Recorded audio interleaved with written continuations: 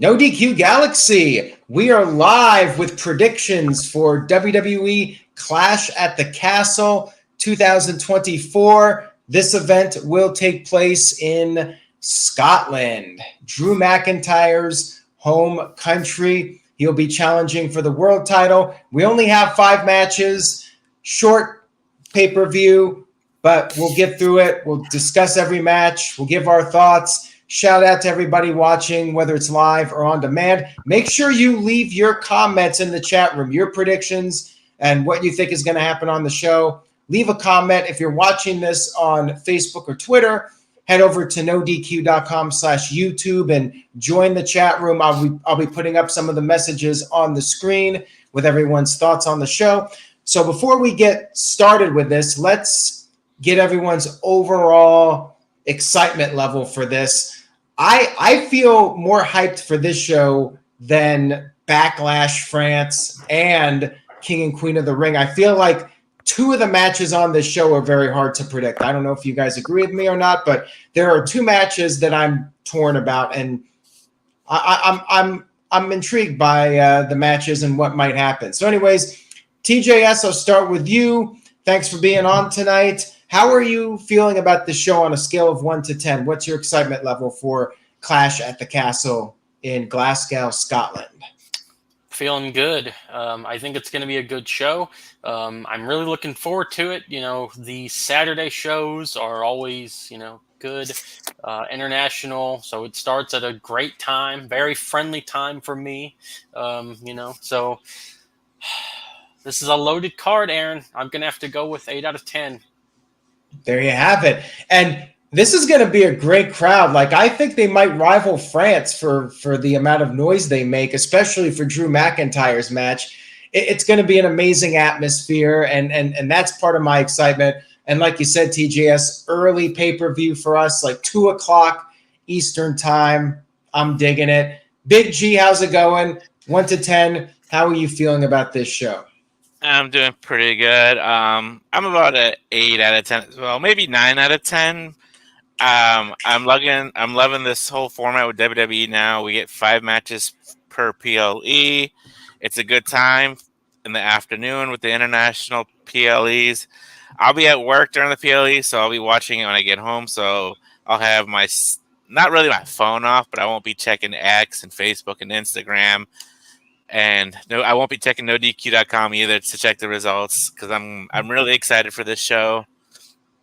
But quick spoiler, I'm going to be more excited for Bash in the Berlin come August. So there you go. But I am loving these international shows. The international crowds bring something special to it. I know it's because they really don't get pay-per-views or PLEs over there as much.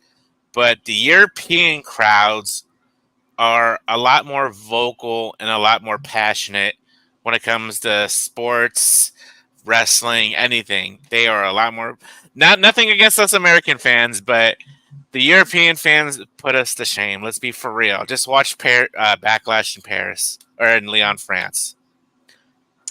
Well said, Big G. And Matthew, thank you for coming on tonight, joining us again for another pay-per-view predictions video. How's it going, and how excited are you for this show? Always a pleasure to be added to the panel. I'm excited. I'd say this is about a 9 out of 10. I'm probably about as excited for this as I was night 2 of Mania. And oh, wow. I'm hoping the crowd is as wild as Backlash was. If not, I don't know if they're going to cause the entire arena to shake or cause noise disturbances, but I hope the crowd delivers. But yeah, I think, like you said, out of every pay-per-view since Mania, this is probably not only the most hyped, but I think also has the most implications of what we're looking for, not only for Money in the Bank, SummerSlam, Bash at Berlin, and maybe even Survivor Series. Absolutely. Well said. And let's get right into it. We only got 5 matches. Chat room, leave your predictions, leave your comments. Looking forward to getting everybody's input on these matches. Let's go ahead and get started. Our first match we'll be discussing is one of the more predictable matches, I would say. We have a triple threat match for the women's tag team titles. We have the champions, Bianca Belair and Jade Cargill, defending against the challengers, Zoey Stark and Shayna Baszler, and then Alba, Fyre, and Isla Dawn. Now, the latter team is from Scotland. They are going to be the home crowd favorites. And let's be real here. They are in this match because they're in their home country. They get their match in their home country. I do not see them winning. They might get lucky and not be the ones to take the fall. It could be Zoey Stark who gets beat, maybe even Shayna. But my guess is Zoey will be the one that takes the fall here. I think the champs are retaining. It's a pretty straightforward match here. Champions successfully defend their title. Matthew, I'll throw it right back over to you. What are your thoughts on this one? Obviously, yeah, I think Bianca and Jade are winning. I kind of do feel bad for Alba Fyre with the recent news that her mother passed away in a car accident either last week or sometime this month. So I kind of wish there was a bit of a swerve. Maybe, the hometown girls can win by some sort of DQ. But yeah, I think sadly they are there to eat the pin. They'll get a big reaction because they are the hometown girls, but I don't see the unstoppable force of Bianca and Jade losing. But hopefully it is a good match. Yeah, it should be a pretty solid match. Big G, what do you think about this one? Yeah, it should be a fun match. Like we've talked in the past, the women's tag titles haven't been really relevant as much, but hopefully with Jade and Bianca being champs, it can kind of give the titles a push. But yeah, Alba and Isla, hometown girls, they'll get the big pop when they come out. I'm sure they'll get cheered throughout the entire match, but I'm just gonna go with the easy pick here and go with Jade and Bianca to retain. I know people are talking about the feel-good moment, but I just don't think this is the right time for it. And I know some people are saying, well, when is a good time for it? What tag team do they have that can win the titles? The problem is they've been hot potatoing the titles so much. It needs to stay on Bianca and Jade for a while. TJS, would you agree or disagree with that? I agree with you, Aaron, but I'm not convinced that we don't get a cheap win from the hometown team here, because it is a triple threat. So Jade and Bianca don't have to take the fall. That's true. Oh my gosh! I would not be shocked one bit if Alba and Isla win the titles and then Jade and Bianca win them back on Raw or something like that. Gun to your head. Yeah. I'm going to say that the Scots win. Just to be different, I'm going to say the Scots win this one. I'm going to say that they will pin the other team that's in this match, as I don't remember. Zoey. Zoey, yeah. They're definitely pinning Zoey and Shayna. New champs, and then probably lose them on the Raw after. That's Sounds a shame good. for Shayna Baszler. Oh yeah, I forgot. Big G used to be the biggest Shayna Baszler. That's a different show for a different rant. All right. Well, we got one bold prediction already tonight from TJS. I'm liking it because I feel like for Backlash and even King and Queen of the Ring, it was like we all agree, maybe one match difference. So hey, I'm liking how this is going so far. Even if one person thinks there might be a different outcome, that can shake things up a little bit. But let's continue on. We'll get to the other women's match on the show. This is for the WWE Women's Championship. Bayley defending against another Scotland native. We got Piper Niven challenging for the title. Same scenario as the previous match, in my opinion. Piper is getting this match because it is in Scotland, so she can have that match in front of her home country fans. But she ain't winning. Bayley ain't losing the title yet. It's pretty obvious they're setting up Bayley versus Nia Jax for SummerSlam. Bayley retains here. This one I think is actually the easiest of the entire card to predict. But let's see if anybody has a bold prediction. TJS, bold prediction? Go ahead. No. Don't say anything dirty about Bayley. Go ahead. Oh, of course not. I would never. No bold prediction. Bayley wins. I guess they've tried their best to heat up Dewdrop, but it's literally just a match for her in her home country, like you said, Aaron. So, like you said before, I think that this is like Zelina Vega in Puerto Rico vibes. Bingo. So yeah, Dewdrop takes the L. Oh no, sorry, Piper Niven takes the L. Bayley retains. Yeah, I think you nailed it. It's very much like the Zelina Vega match from Backlash in Puerto Rico. I agree 100% on that. Big G, we'll throw it over to you now. Yeah, I mean, this is more of a showcase for Piper Niven and just to show what she can actually do in a one-on-one singles match. And for Bayley as well, Bayley's been champ since Mania, and she really hasn't had any legitimate threats or opponents. And I feel like Piper Niven's up there, but like I said, this match should showcase both of them and be a proving point to the people in the back to say, Piper Niven's here to play. So but my pick is going to be Bayley, obviously, to retain here. All right, now it's Matthew's opportunity to give us a bold prediction. Go ahead. I mean, I'm pretty much in agreement. Bayley's going to retain. I do wish they would have done more with Piper before this, because really, I think Piper could have always been everything that they've tried to make Nia Jax. But she's been in there with some of the best from NXT, Stardom, New Japan. She really is, an amazing talent, but we've never really seen it because, one, she got hindered with the Dewdrop gimmick. And only now with Chelsea has she really started to shine. But Bayley also, like everybody else said, Bayley needs this win. She hasn't done anything as champion yet except beat Naomi's partner and, barely squeak by. So this will be, like a comment said, this will be Piper's coming out party, showing what she can really do. And this needs to be a good, solid win for Bayley. This is also a first time ever match, I believe they actually mentioned.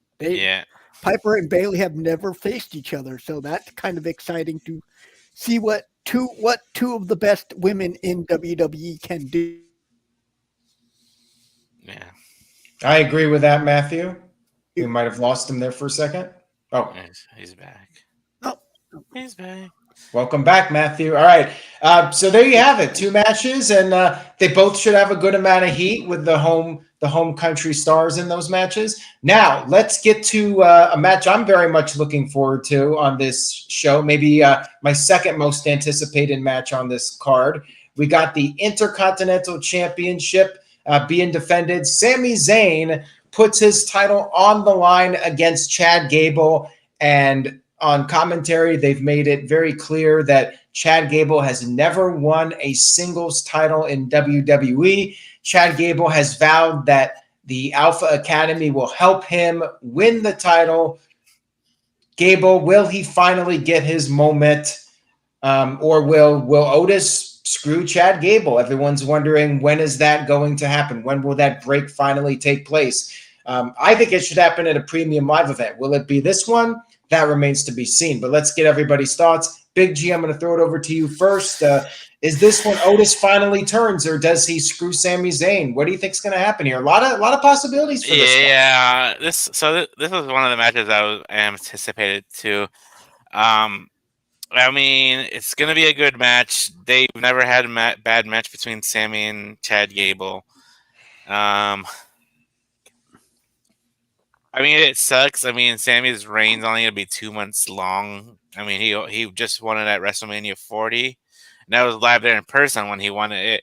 So it makes it, I don't want to say more personal for me if he loses it, but I feel that now that Gable has, I guess, technically re-signed with WWE, and he hasn't won a singles title, and they keep on saying on commentary, oh, he's never won a singles title. And then you got the whole Alpha Academy. More Otis than Maxine and Tozawa. But I feel like, feel like Otis might cost Sami the match to help Gable. So I am going. Oh, I don't want to do this. Damn it! I love you, Sami, but I'm gonna go with Chad Gable to win the Intercontinental title on Saturday. This is legitimately a tough one. Like, this is the hardest match to predict in quite some time. And of course, there's all the stuff about the contract of Chad Gable. By the way, I don't think he's going anywhere. So, I'm not really taking that too much into consideration. No. Matthew, let's throw it over to you and get your thoughts on this. There's some possibilities for this one, definitely. What do you think? This is one of two matches that I feel we're going to have a somewhat similar outcome. There's going to be some sort of interference, but I see Otis finally snapping and going after Gable, but ending up costing Sami and allowing Chad Gable to finally become Intercontinental Champion. Okay. And then we'll probably see the blow off Monday of Otis finally breaking free of the Alpha Academy. But yeah, I think we are getting a new Intercontinental Champion. Sami doesn't really need the belt. He's already, a main event guy. He's already shown what he can do. But this is going to be Gable's moment. But it's going to come at the hands of Otis, who, like I said, is going to snap and try to go for Gable, but end up costing Sami. So intentionally costing Sami. Okay. Well, not intentionally. It's going to be, he's going to. Or not intentionally, but accident. Yeah, by accident. Okay, that's what I meant to say. So it gives Sami an out, but it leads more into this compelling story that we've all been loving, watching Otis once again become the big baby face. You know what? That was what I was thinking, Matthew. Great minds think alike. When Big G was talking, I'm like, well, Otis could intend to screw Gable and accidentally cost Sami. That builds up more friction between Gable and Otis. So yeah, that very well could be where this is going. Like, part of what, like, up until Monday's Raw, I was leaning towards Sami Zayn, but when the announcers, I always pay attention to the announcing because sometimes they give a clue, and the fact that they were really making a big deal out of it. Chad Gable has never won a singles title in WWE. Typically, when the announcers talk like this, it's a clue as to where things are going. Now, of course, you could say, well, maybe they say that to throw you off, but I don't think so. I think we're trying to think too deeply here. I am leaning towards Chad Gable winning, but I am very much split down the middle. I'm going to say Chad Gable wins. The announcing line about never winning a singles title and, signing a new contract, they could do the angle where Otis accidentally costs Zayn the match. I'm going to go with Chad Gable to be the new Intercontinental Champion finally. But if Zayn wins, I won't be surprised at all. And obviously they can do the Otis turn on that show as well. TJS, what do you think? If Otis doesn't turn against Gable on this show, when would it be? What are your thoughts? Well, it has to be this show. All right. And that's the thing. Chad Gable cannot lose again. He's lost so many times. Man, I don't know. Because do you think that we'll end up getting a singles feud between Otis and Gable? Like, is that something that people want to see? Yeah. At SummerSlam. I think so. Oh, yeah, at SummerSlam. Okay, Big G just sold me. I think Chad Gable's winning the title. At first, I was going to say maybe Sami retains, but what would you have Sami do at SummerSlam? That would be bigger than Chad versus Otis for the title. Like, ooh, that sounds really good. Well, the thing is with Sami Zayn, like, I don't even think he needs the IC title at this point because he might very well end up involved in the Bloodline storyline. Like, if Roman Reigns needs an extra guy, if they do like a 5-on-5 match at some point.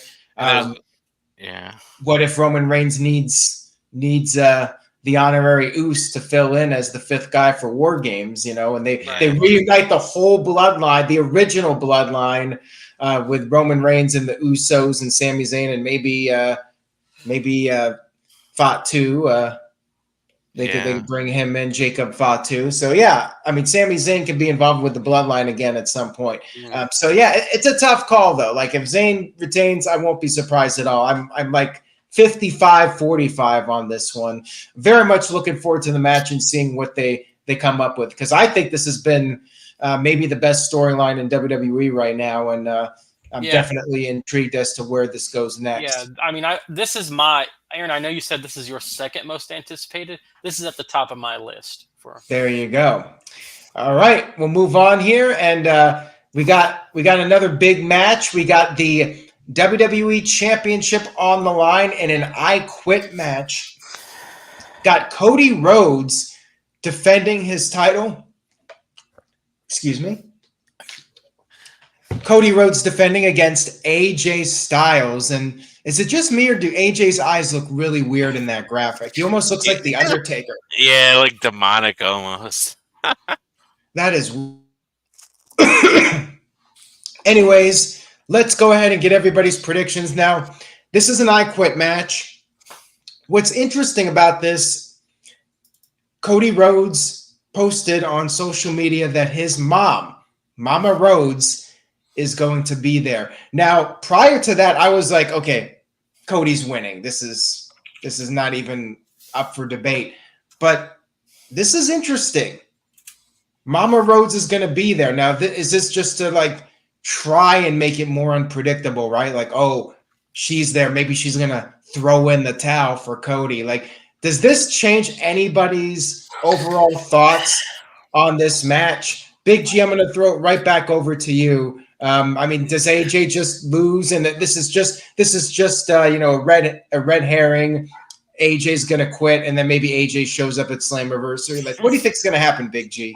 I mean, yeah, Mama Rhodes being there, I mean, it really doesn't change anything. It doesn't really change my prediction. I mean, they had a solid match at Backlash, so this I Quit match should be good. But there could be like a situation where AJ Styles, like, is going to intentionally punt, kind of like the I Quit match or the Hell in a Cell match with Jay and Roman a few years back. And then, Jimmy came in, and then Roman was beating up Jimmy and put him in the guillotine, and Jay pretty much quit the match. I kind of see something similar with this. Like, maybe AJ threatens to, like, beat up Mama Rhodes, and, he tries to make Cody to quit, but then Mama Rhodes is like, no, don't quit. And then somehow Cody comes back or something like that, and Cody retains. So I'm going to go with Cody retaining the title here. But I do see some kind of shenanigan with Mama Rhodes being involved. Or even the OC being involved, too, with Anderson and Gallows. Yeah, I mean, I expect them to interfere for sure. Like, I would not be surprised at all to see them helping out AJ. TJS, what are your thoughts? I think there's no chance in hell that Cody Rhodes says, I quit. He's their ultimate babyface. He's not losing. I kind of think that maybe the Mama Rhodes thing is a red herring. Like, maybe they'll show her at ringside or something, or maybe he'll celebrate with her. But I definitely don't think Cody's losing. And I mean, I'm interested. I'm glad that they gave this match a stipulation. I always like a good gimmick match. So, guess we'll see. But yeah, I don't think there's any chance that Cody loses. I am interested to see what's next for AJ, though. Like, maybe he'll go back to his little, well, he kind of already is, doing his little lone wolf gimmick where he was dressing in all black, coming out to the slow music. Maybe he does show up at TNA. That would be cool. Shout out to Psycho Jet Black, who sent in $2 via Super Chat. Thank you for that. Says, what if The Rock shows up and attacks Mama Rhodes? I'm going to say that is like 0.001% chance of that happening. Rock's not going to be showing up at a random ass Clash at the Castle. I mean, I think it would be cool if it happened, but realistically, it ain't going to happen. But Matthew, I mean, there's a different opinion on this, something out of left field. I'm not expecting it. I think it's going to be what you would more or less expect. OC interferes, and maybe they tease Mama Rhodes is going to throw in the towel, but she doesn't. Cody will win, as TJS predicted. I agree with him. Cody retains, but I do like that Mama Rhodes is going to be there. I think it does add a little bit more intrigue to the match, but I don't think we're all buying it that it's actually going to change the outcome of the match. What do you think, Matthew?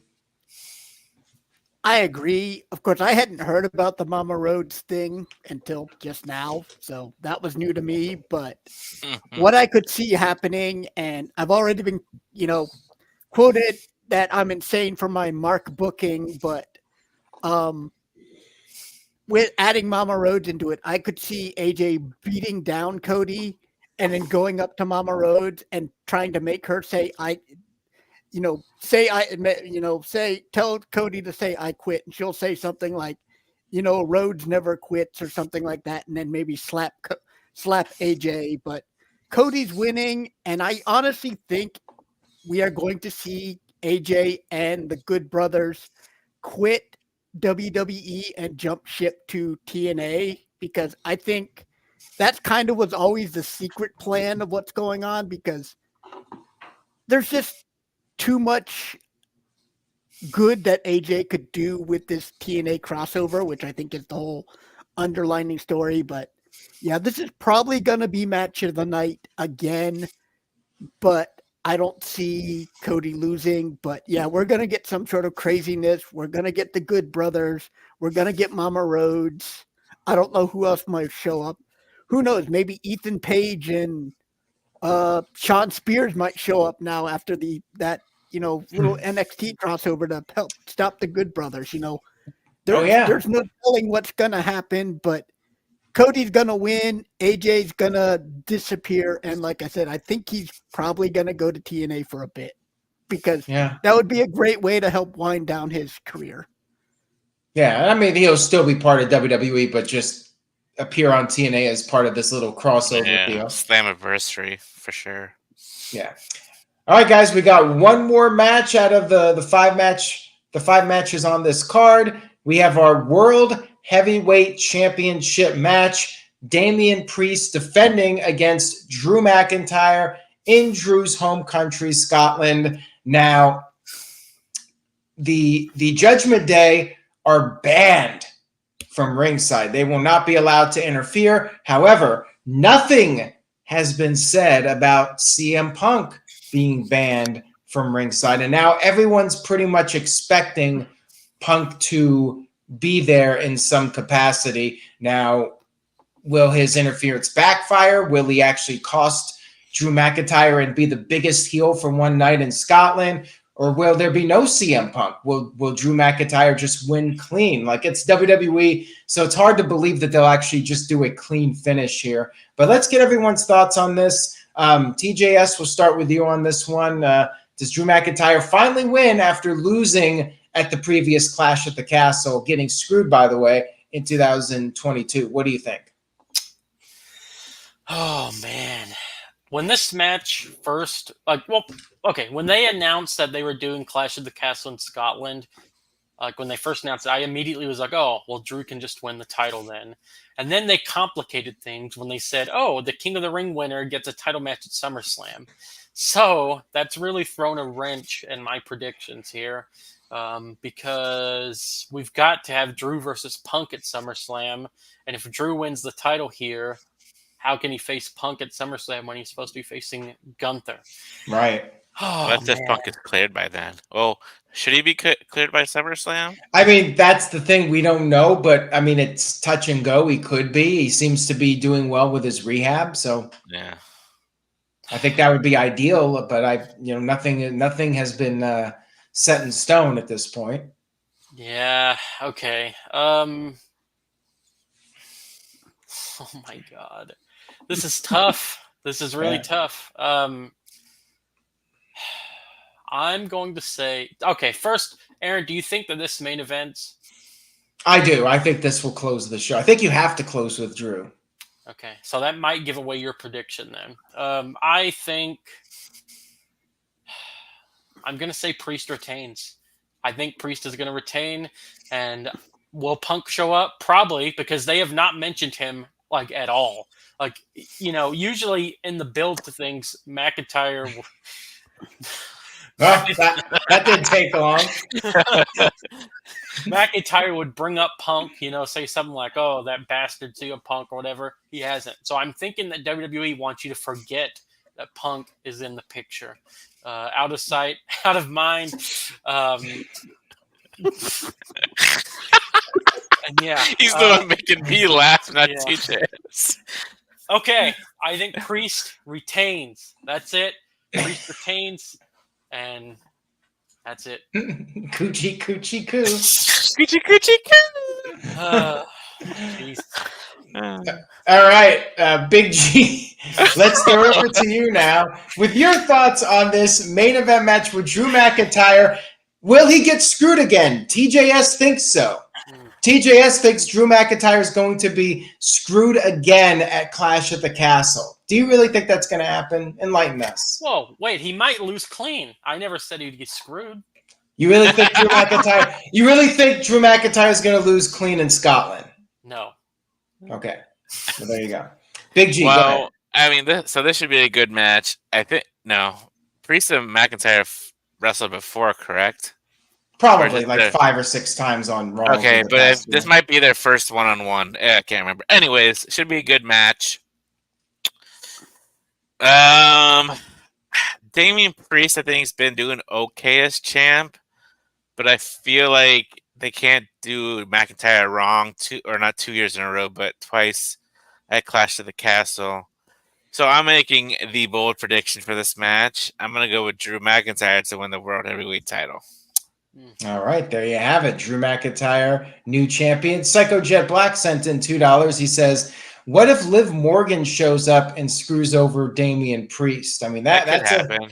That's a different theory, not Austin theory, a different opinion. Maybe Liv Morgan somehow gets involved and Dominic. I mean, I feel like that might be a little bit much.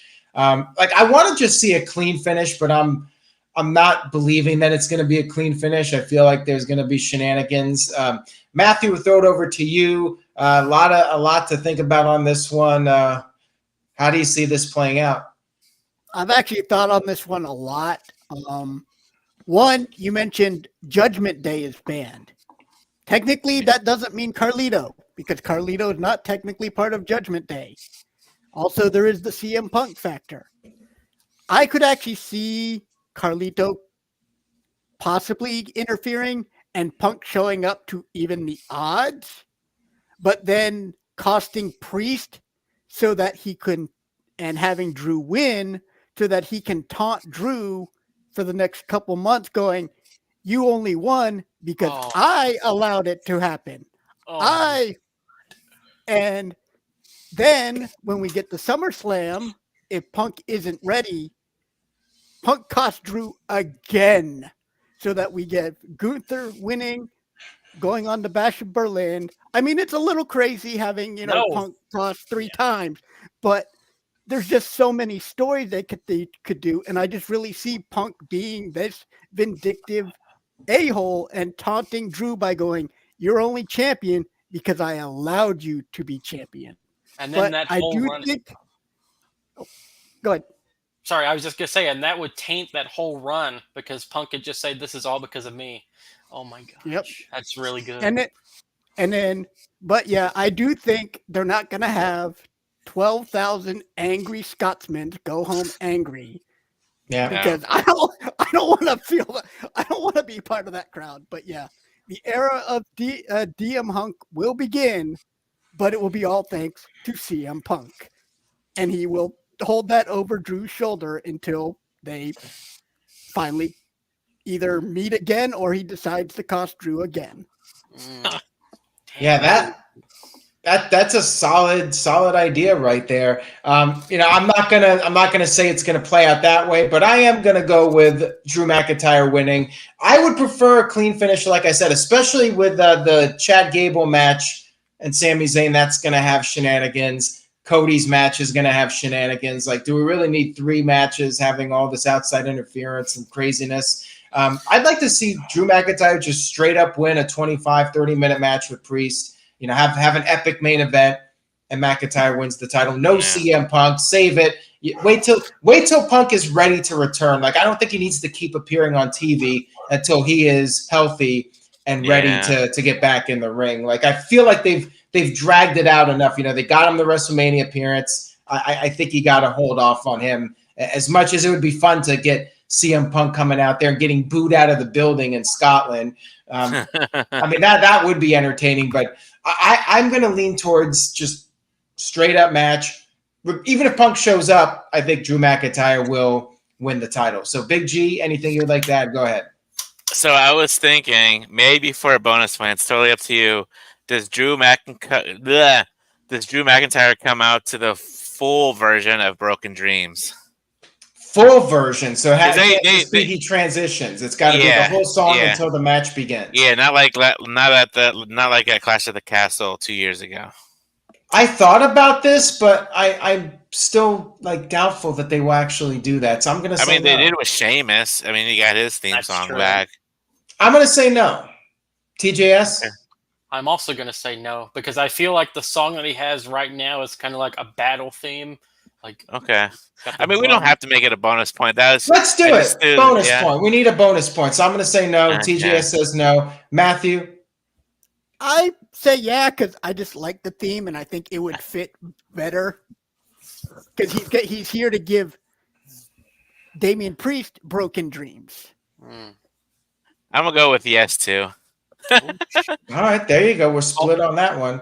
I was thinking another bonus point because we gotta beef this up a little bit. So here's the other bonus point. This kind of ties into our predictions. Will CM Punk show up during the match? Not after the match, but during the match. Will Punk show up while the match is in progress? I'm gonna just go ahead and say no, but I mean I could be wrong on that one. TJS? I say yes. All right, Matthew? Yes. All right, I'm going to say no. I want to say no. We're split again. Split again. I want to mention one thing, and this might affect your prediction. I was reading that WWE will not be doing a press conference for this show. They're going to just be doing like a post show, so no questions from the media. I think that's just because they don't want to be asked questions about Vince McMahon. That's really what it comes down to. I don't honestly, and this is just a little rant on my part. I don't think AEW or WWE should be doing these post-show press conferences anymore. The thing is, like, they want to have it both ways. They want the kayfabe questions and they want all the softball questions, but they also want the real reporters there. But the thing is, they don't want to answer the real questions, especially Tony Khan. He dodges pretty much every question he's asked. And on the WWE shows, like, Triple H is asked about Vince McMahon and all these different internet rumors, and Triple H doesn't really want to answer the question. Have you read the lawsuit, Triple H? Have you read the lawsuit? What does this have to do with Clash at the Castle? Yeah, so it's like I think both companies should drop these press conferences. I think they're dumb, and it's not a real sport. It's entertainment. So it's one thing if you want to go full blown kayfabe for it, but they don't want to do that. They want to try to have it both ways. So I say get rid of them. But I don't think that has anything to do with what the finish of the show is going to be. Okay. All right. So on that note, that's it for the predictions. Let's go ahead and do our plugs. Big G, we'll start with you. Go ahead with what you got to plug for us. You can follow me at Big Biology 1988 on the TikTok, X, Twix, Twitter, whatever the hell you want to call it. NoDQ_Big Biology, and on Insta, NoDQ_Big Biology 1988, and that is it for me. All right, thank you for that, Big G. TJS, go ahead with anything you would like to plug or promote. You can follow me on X at TYLRJSPHSMTH. I need to come up with a different username. So Virtue is ribbing me in the chat there. Good show tonight, boys. Looking forward to SmackDown, and SmackDown's in Scotland too, right? Yeah. Yes. It's gonna be tape delay for us. Tape delay in the United States. Does that mean you will be doing a recap, Aaron? Yes. Okay. All right. Well, something we did not talk about was will Uncle Howdy show up? No.